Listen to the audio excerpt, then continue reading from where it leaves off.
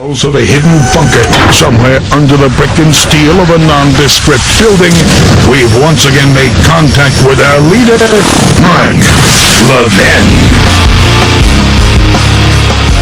Hello, my friends. This is, well, the Power Hour, Hour 3, and today it really is the Power Hour, Hour 3. Our number,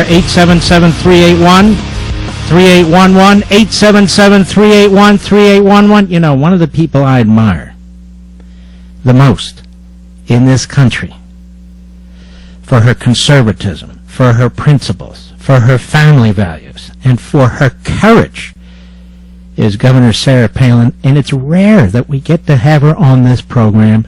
Governor, how are you, my friend? Oh, I'm doing great, Mark, and maybe I'm not on your program very often because I am not worthy. You are doing an awesome job, and thanks for defending our republic so aggressively. Well, you are... You're worthy of that and a lot more, and your husband Todd is wonderful. You have a wonderful, beautiful family, and you know, you have millions of people out here who admire you despite all the endless attacks. And you know, the reason you and your family, and I mean even the youngest among you, are attacked relentlessly is because you're effective. It's because you hold up, you know, a family, a tradition, faith, and so forth that is constantly under attack in this country. And you've written this beautiful book, and it is a beautiful book, Good Tidings, Great Joy, Protecting the Heart of Christmas. Tell everybody why you decided to write this book. Oh, thank you, Mark. And I decided to write the book because I see this erosion of America's foundation that we built an exceptional nation upon with too many angry atheists armed with an attorney thinking that they can marginalize an expression of faith, and too often people feeling intimidated by those who would say, hey, it's politically incorrect to celebrate faith in the way that you choose.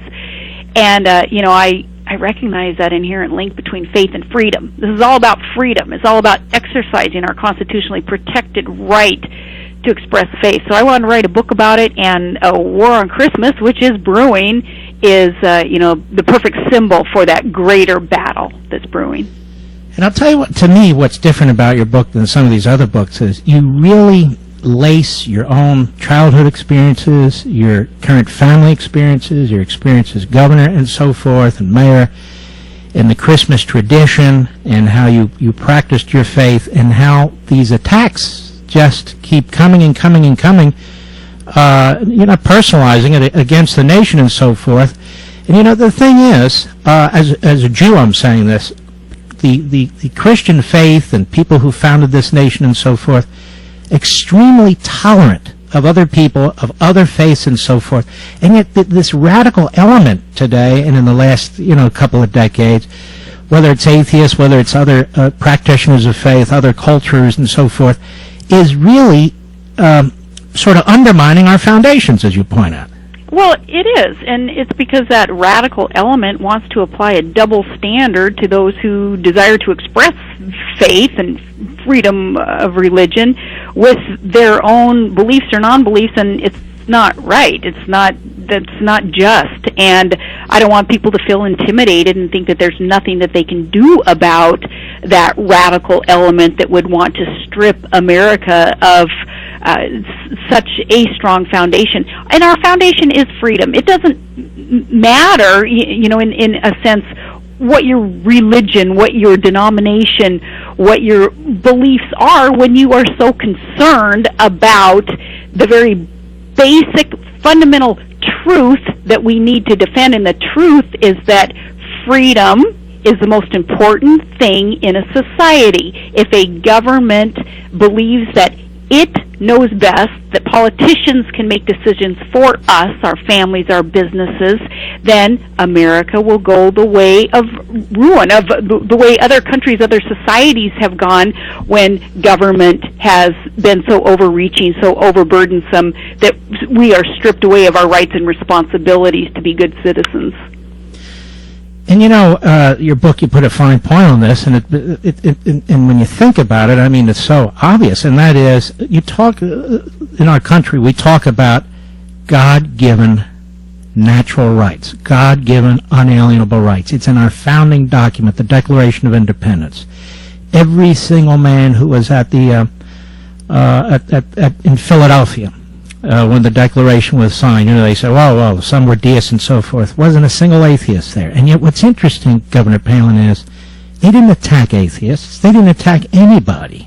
They were there, as you say, to create a free nation, a representative republic, and then when they had the Constitutional Convention, what did they do? Free exercise of religion. They were promoting the idea that there shouldn't be a government religion, but on the other hand, people should be free to practice their religion. And your point is, today it seems to be the other way around. We have these legal attacks. And what is a legal attack? It's an attack through our federal judiciary to try and stop people from practicing their faith, right?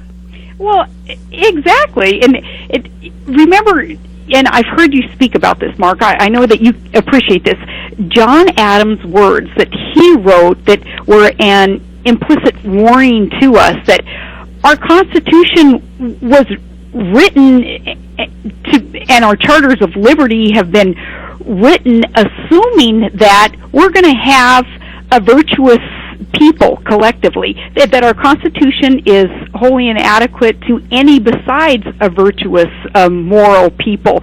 What John Adams talked about was warning us that our liberty depends on a virtuous character in America, because what happens if we go the opposite direction, Mark? And immoral and indifferent people, well, they fall prey to unscrupulous leaders who would, in our case, ignore the Constitution, in our case, favor their own fundamental transformation agenda, leaders who would enrich themselves and their cronies while the nation goes bankrupt, and leaders, politicians who exempt themselves from laws that they force on the rest of us, which is dictatorship. So John Adams and our founders, they had the foresight to write out for us the warnings about what happens when freedom is stripped away from us. And I'm talking freedom of religion, freedom of speech, freedom to manage and run our lives according to our own priorities.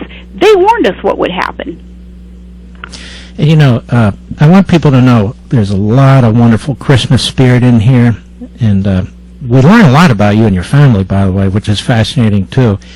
But you're sending a message about national survival. You're sending a message about preserving this republic.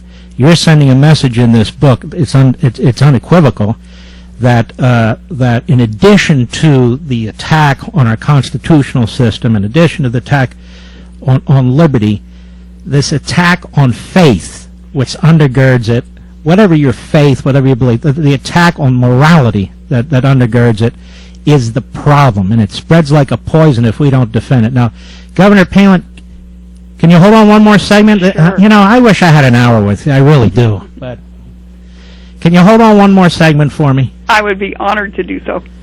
This...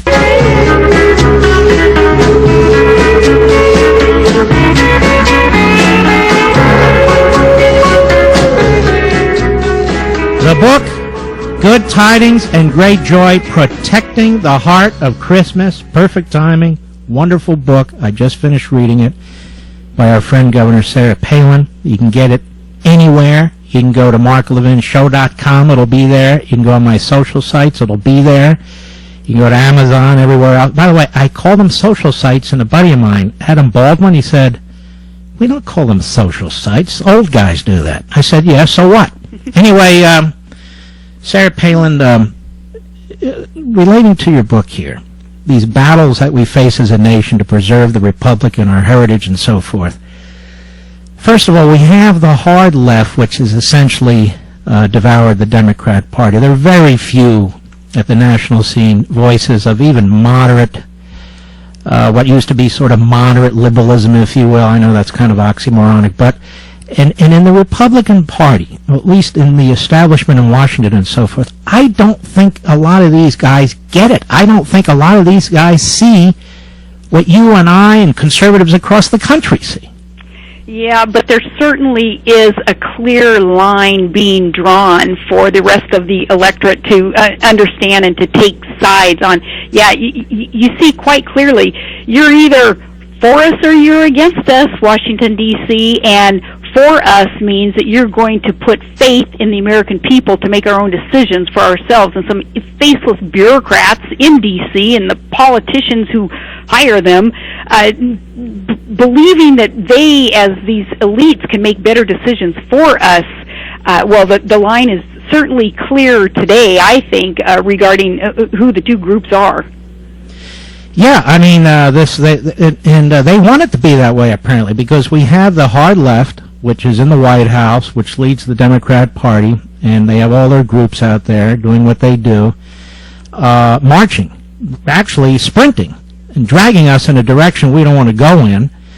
And then the defense against that is so meek that so many of these people are now turning on the Tea Party. What is the Tea Party, Governor Palin? Isn't the Tea Party your average American, hardworking person out there who says enough is enough?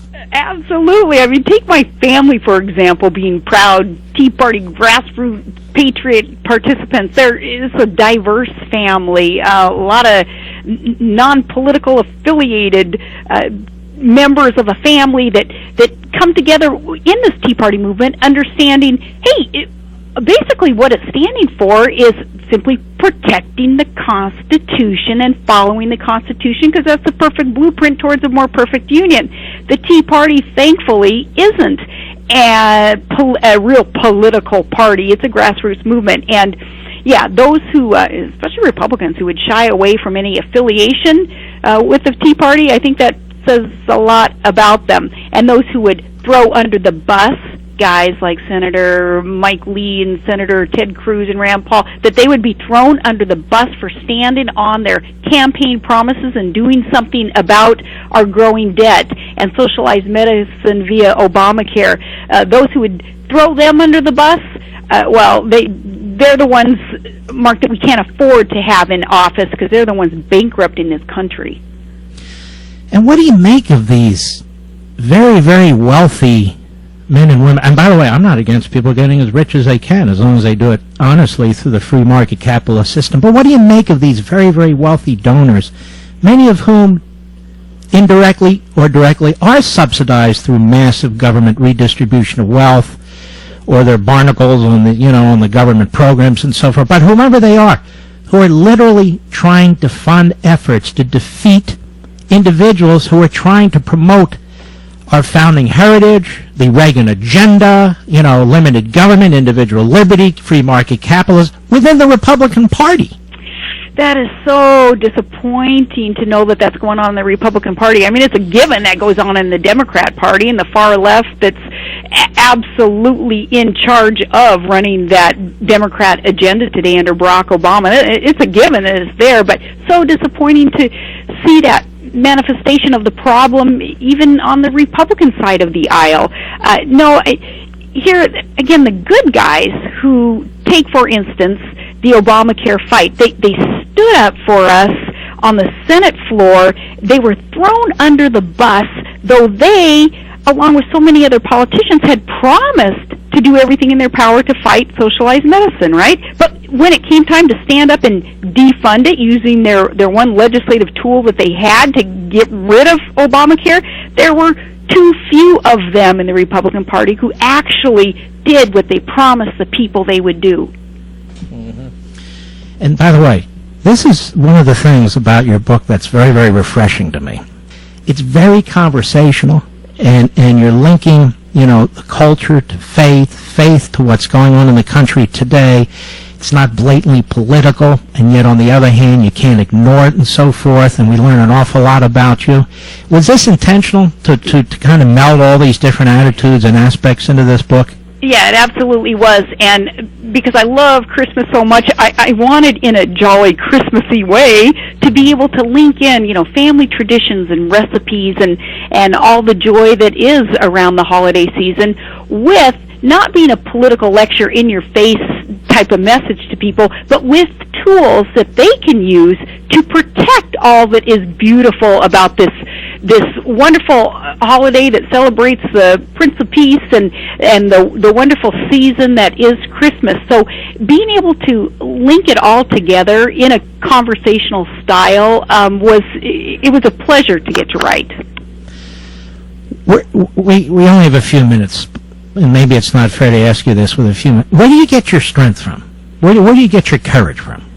Oh, my goodness. I think a lot of it has to do with growing up in an independent state of Alaska, where you're expected to work very hard and kind of pull yourself up from your own bootstraps. That's the way that my family operates. Even greater than that, though, having learned to be courageous and fight for what's right in the family has been my faith in God, knowing that we all have purpose, we all have destiny, and I think endowed by our Creator in us is a desire to make a positive difference. When I look at what's going on in our country today, with an erosion of freedoms, with a country that is going bankrupt, which will be burdening our children and grandchildren, obviously, and stripping them of equal opportunity to succeed, well, I say, I'm going to take what it is that has been created within me, which is certainly a passion to take action when I see something wrong. I want to do something with it, hopefully productive. So, growing up in a very independent, hardworking family, very modest, humble family, and having that strong faith in something greater than self, and I call that God. I don't hesitate at all to call it like I see it, and go forth and try to conquer what some of the bad guys are trying to do to this nation, Mark. All I can tell you, Governor, God bless you. Thank you for fighting. Your book is absolutely terrific. I cannot recommend it strongly enough. Good Tidings and Great Joy, Protecting the Heart at Christmas. Get it anywhere, everywhere, but get it, read it, share it with your family. Governor, thank you, and God bless you, my friend. Thank you, great one. Appreciate you, Mark.